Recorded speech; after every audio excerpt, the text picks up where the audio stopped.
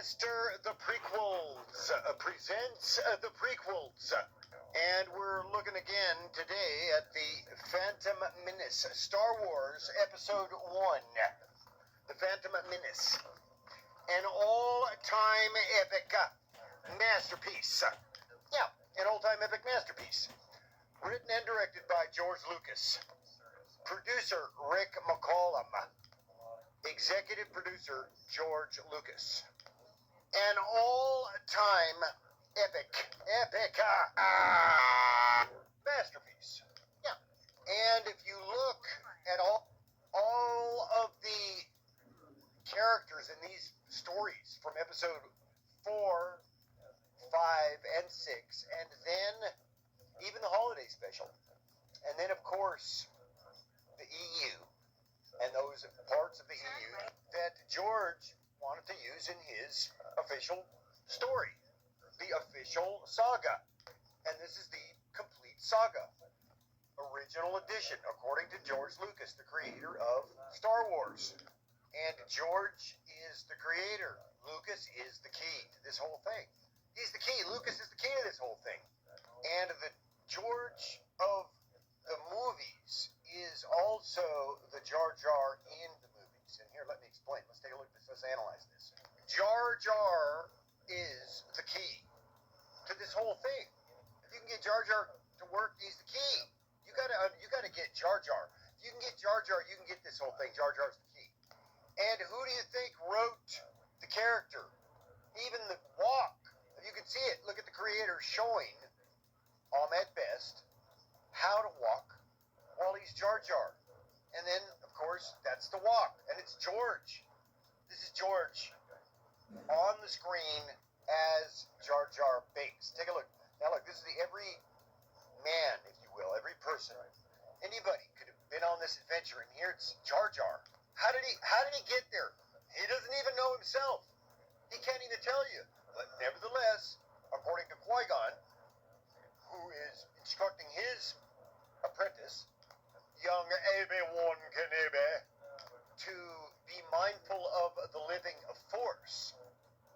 And of course, this is the teaching, the philosophy, the approach, according to Qui-Gon Jinn, a Jedi, of course, a Jedi Knight, although not to sit on the council, not a master. But he is a master in that he is a teacher and has an apprentice. And this apprentice, of course, is young Obi-Wan Kenobi. Yeah, Obi-Wan Kenobi. Yeah, don't get me started on that other thing. That other show, Kenobi. It's just not the real Star Wars. It's not real. It's not the real Kenobi. It's something else. It's Jake Nobi. It's Obi-Wan Jake Nobi. That's what it is. Oh, speaking of Jake Lloyd, the actor in this Star Wars Episode 1 that plays the Phantom Menace, well, that kid deserves an Oscar. He deserved an Oscar then. This kid, he deserves it now as a grown-up. Where is the justice here? Look, somebody give me Bradley Cooper on the line here. We can do all kinds of stuff. We can get all these weirdos. Hollywood is full of weirdos. And now you're telling me we can't come up with $10,000 or $50,000 or whatever it is to get Jake Lloyd a star on the Hollywood Walk of Fame? Come on, man. Somebody give me Bradley Cooper on the line. Yeah, somebody get me Bradley Cooper on the line. Yeah, and it goes for all the other Hollywood weirdos too. Star Wars Episode 1, The Phantom Menace, an all-time epic masterpiece. Written and directed by George Lucas. Producer Rick McCallum. Executive producer George Lucas.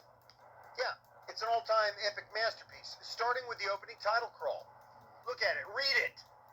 Read it slowly. Look at it. Turmoil has engulfed the Galactic Republic. And look at this alarming chain of events here.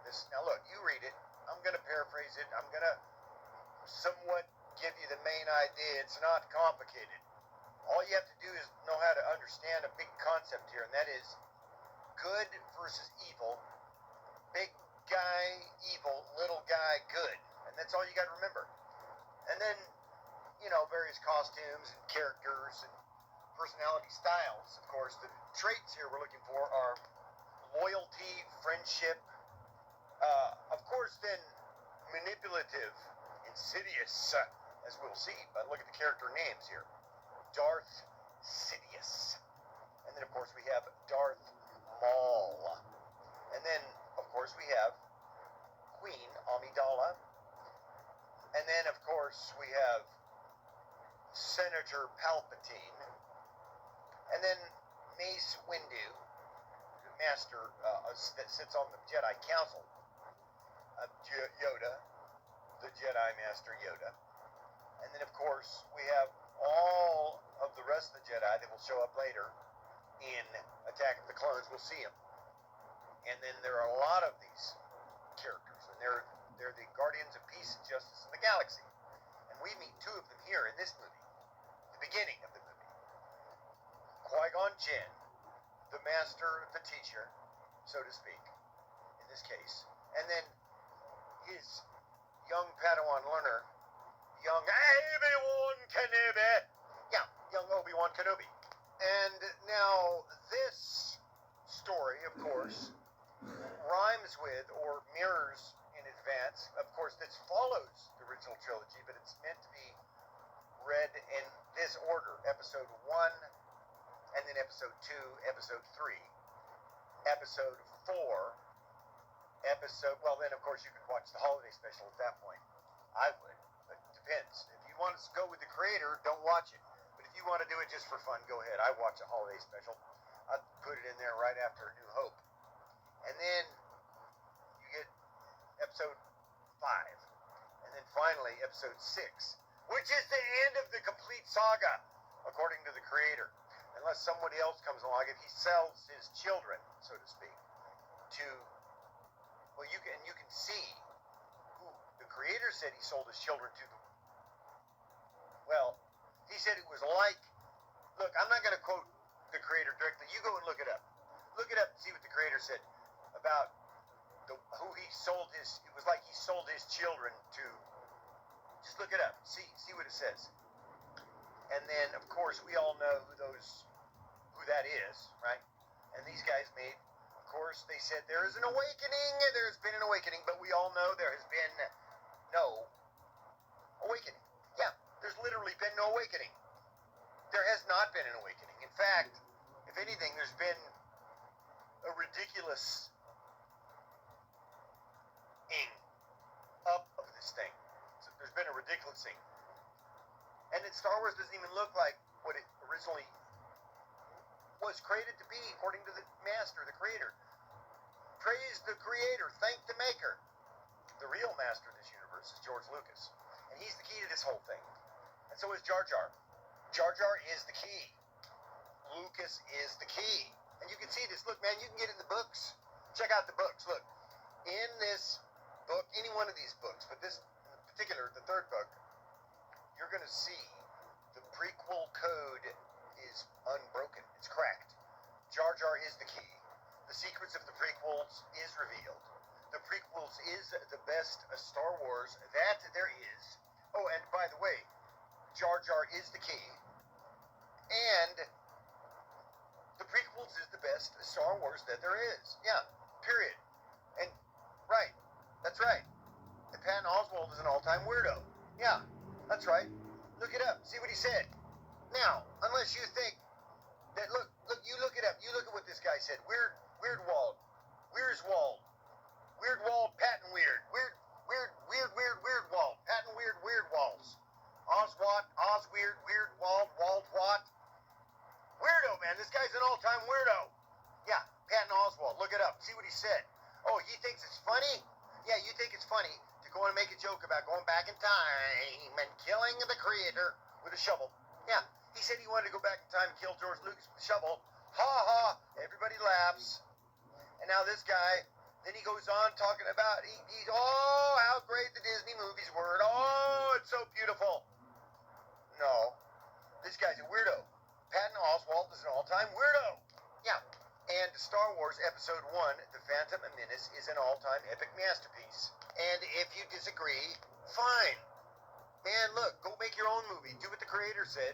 Take the creation that he gave you and go make your own version of it. But don't try to pass it off as the original version or the authorized version, because it ain't. Look, man, just because you got the ownership papers of his children, sure, you can change everything about their kids, but look, these are not real. These next movies aren't real. Well, yeah, I mean, they're real in the sense as they're real, but they're also real fake. So they're real in the sense of that they're fake. Masterpiece with a capital letter M, as in masterpiece. Star Wars Episode 1, Phantom Menace. Now, this is probably the closest you'll ever get to the real Star Wars here in Star Wars Episode 1, The Phantom Menace. And of course, every story has a beginning.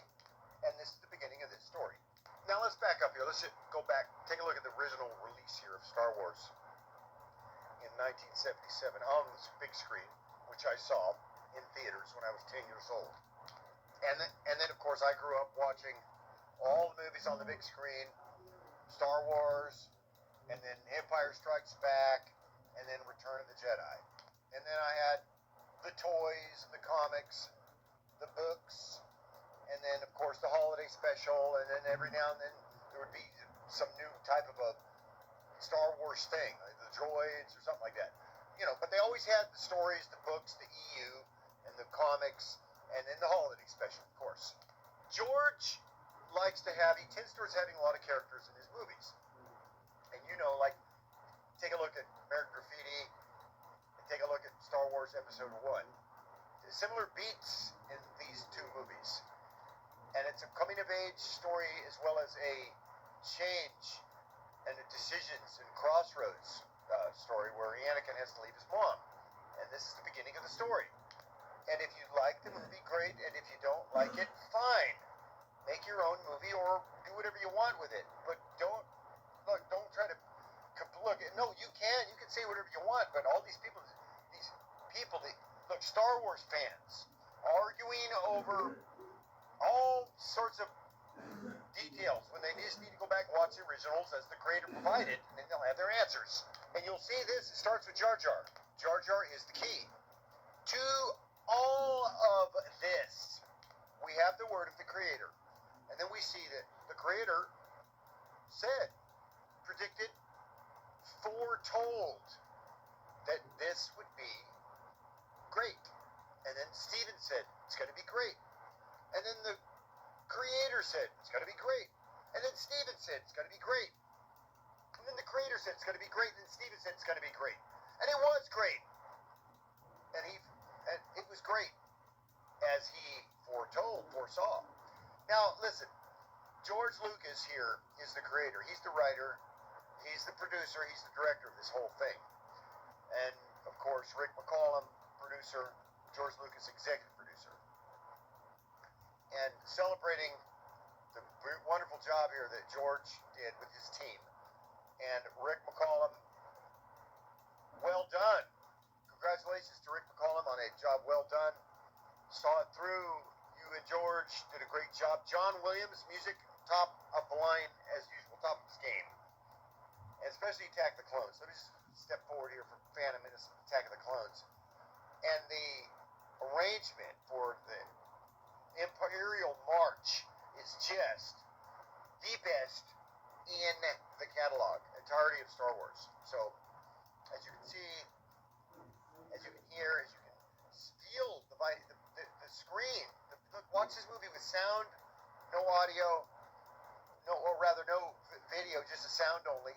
Or watch the movie with no sound, no audio, just the visuals only. It doesn't matter. Or read it in a book, the script. And then, of course, there's the novelizations, which are a little different. The novelizations are going to be a little different, of course. Sometimes I'll say, in the case of the Attack the Clones, the novelization of that story, that episode is, I think, much richer experience than just the movie. That's my opinion of it. And now, as you see, Star Wars Episode 2, written and, of course, co-written by Jonathan Hale. George Lucas and co-writer Jonathan Hale. And then, of course, directed by George Lucas. And then producer Rick McCallum and executive producer George Lucas for Attack of the Clones. And then consulting, George has a lot of people part of his team, including Carrie Fisher, the late Carrie Fisher.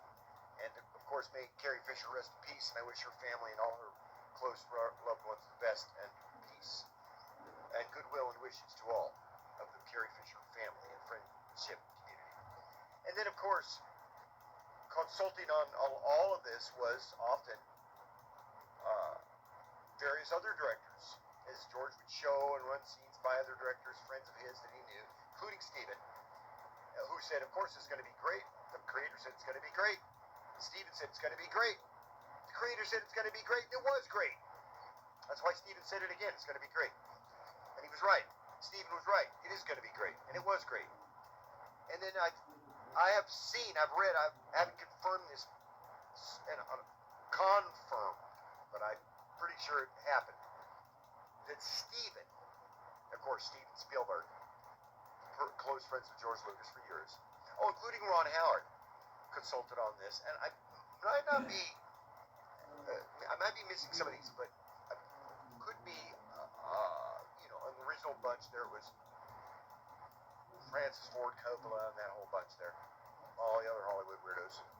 But the point is, George has always been the kind of creator to consult with others on his projects, to bring a team in to help him develop his ideas and make his vision happen. And he's not pulling in people, calling in people to ask them what their opinion is of his creation or his vision. No, the creator is there to recruit people to help him fulfill his vision. And he needs to be surrounded by as many yes men and yes women as possible. And then when somebody comes up with another idea or question about how something should work, then George listens, makes changes, and then it becomes even better. And it becomes great. Now here's how it works. For instance, take a look at the rough cut, and you can see this. Look at the video here. Look, man, I'm going to go ahead and say it. Red Letter Media, clowns when it comes to the Star Wars stuff. They're not even serious. But that's fine. I love watching Red Letter Media, and I love Rich. Man, Rich is an all-time classic. That guy, man, his laugh, and listen, an all-time classic, iconic Rich at WonderCon or Comic-Con or whatever it was, as George Lucas. It's a classic. It's a Geo Busby moment. That's an I Am X-Man moment. Look it up. I Am X-Man. WonderCon interview. Look it up. Mr. Marvel Man.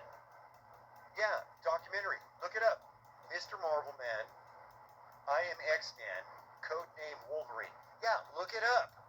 Comic-Con. I Am X-Man. Codename Wolverine. Look it up. Yeah, it's a whole documentary they did out there. Also, Wesley Snipes. Not Wesley Snipes. Ernie Hudson. I was thinking about another black superhero character. But this character, who's black also, from Ghostbusters, of course, Ernie Hudson. And then, of course, he's in the documentary, so as, of course, Ray Park. He's in it. And then we got a little interview in with Tom Welling, Ray Park. Yeah, Tom Welling, John Schneider. There's a whole group of people in this particular documentary that you're going to want to see. You're going to want to see the perspectives here. But the main thing you're going to want to look at is this meet and greet with Ray Park, who, of course, is one of the featured stars, as well as prominently featured in many movies as a stunt actor, as well as a great actor. Also featured in the movie Special Forces, G.I. Joe, as Snake Eyes. And this would be Ray Park, and he plays Darth Maul in Star Wars Episode 1, The Phantom Menace. And Mr. Marvel Man got an interview with this guy, man, at one of the WonderCons or Comic-Con. I think it's WonderCon, Anaheim. Look it up. WonderCon, Anaheim. Mr. Marvel Man. Documentary. They're filming movies. They're working on this movie, I Am X-Man, which is somewhat of a fan imagining, if you will, of the original X-Men origin, the original franchise, so to speak. And this, of course, this movie came out before Avengers. It features Captain America, features Magneto, otherwise known as the man with the power of magnets. And you gotta look at this, man. It's different. This guy is making some different content. Now, it's Marvel based, but it's different. You're gonna want to look this up. Mr. Marvel Man, I Am X-Man, and they're doing movie reviews. And this guy, man, he's talking about building. Look, this guy made an entire universe. Now, look, the guy. Look, and they also believe. Now, I can't remember this correctly, but I think they've also got some cameo shots in there from Patrick Stewart and, of course, Ryan Reynolds as Deadpool. And there's a cliffhanger in there on one of those trailers that says he shall return. And he shows, of course, Deadpool. And this is even before the Deadpool movies came out. So there's a lot of this was in some ways futuristic, at least speaking, maybe perhaps. But moving along here, Star Wars Episode 1, getting back to the main topic here. But yeah, look it up. I Am X-Man, Codename Wolverine, Captain America trailer, and then of course, I Am X-Man, Codename Wolverine, Old Man Logan. And then of course, you're going to want to look up Captain Badass and The Unstoppables.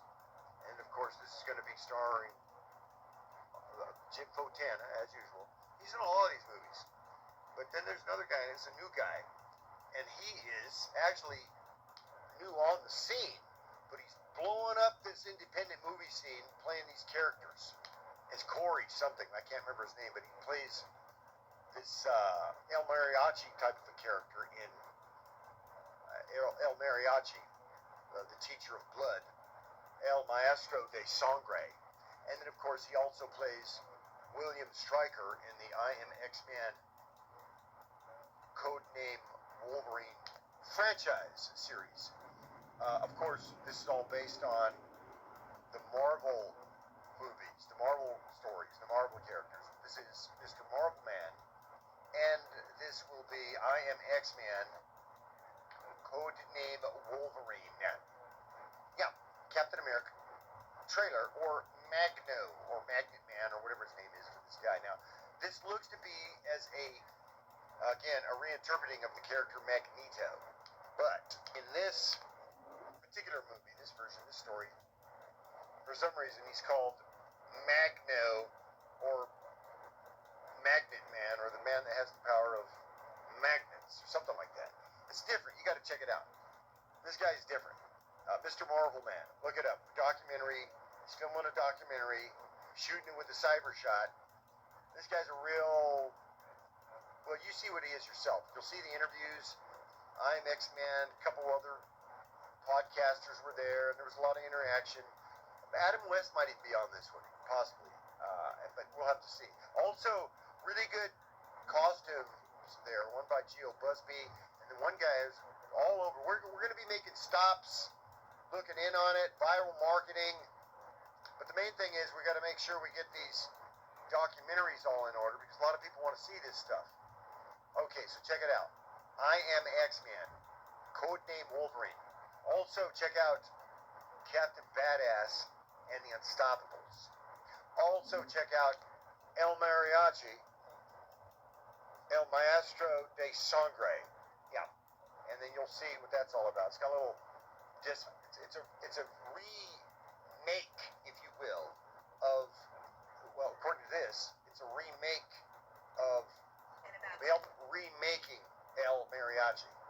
And I don't know that it's a scene-for-scene remake, but it's a reinterpreting, if you will. And this is a film company that's somewhat known for their reimagining of established characters. So you're going to want to check this out.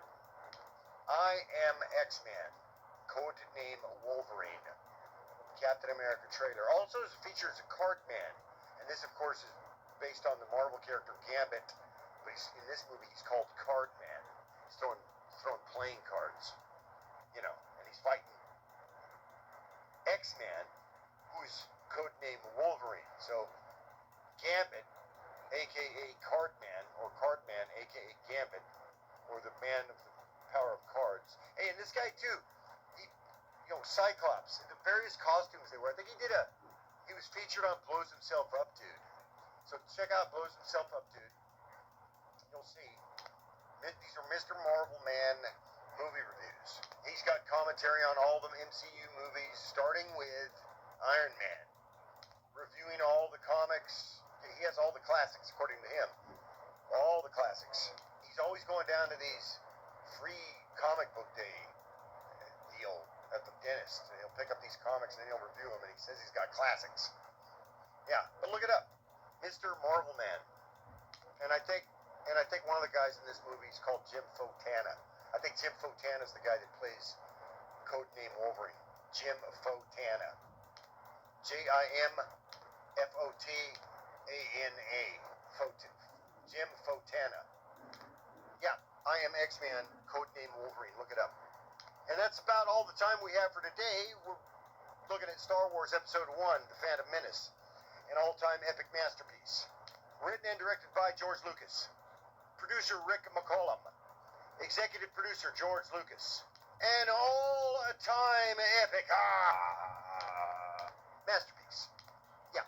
And now, friends, as we part ways for the time, and until we meet again, I will leave you with these wise words from the wise and powerful Jedi, Qui-gon Jinn, as he spoke these words to Anakin Skywalker, young Anakin Skywalker, as they were getting ready to leave Coruscant back to the planet of Naboo in Star Wars Episode 1, The Phantom Menace.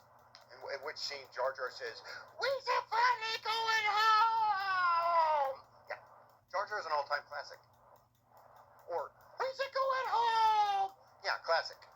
Jar Jar is a classic. Jar Jar is the key to this whole thing. You got to get Jar Jar if you want to get this. And you got to get George if you want to get this. And Ahmed Best deserves an Oscar for his performance as Jar Jar Binks in Star Wars Episode 1, The Phantom Menace. Which is, as I've already stated, but bears repeating, an all-time epic masterpiece. Yeah. And so now I leave these words with you. Again, spoken by the wise and powerful Jedi. Oh, also written, I might add, by the way, written by George Lucas. And here are these wise words that I'll leave you with until we meet again, dear friends. You ready? You might want to get something, write this down. Here it is. As we part for the time, I'll leave you these wise words, dear friends. Remember, your focus determines your reality. And may the Force be with us. The sword will show you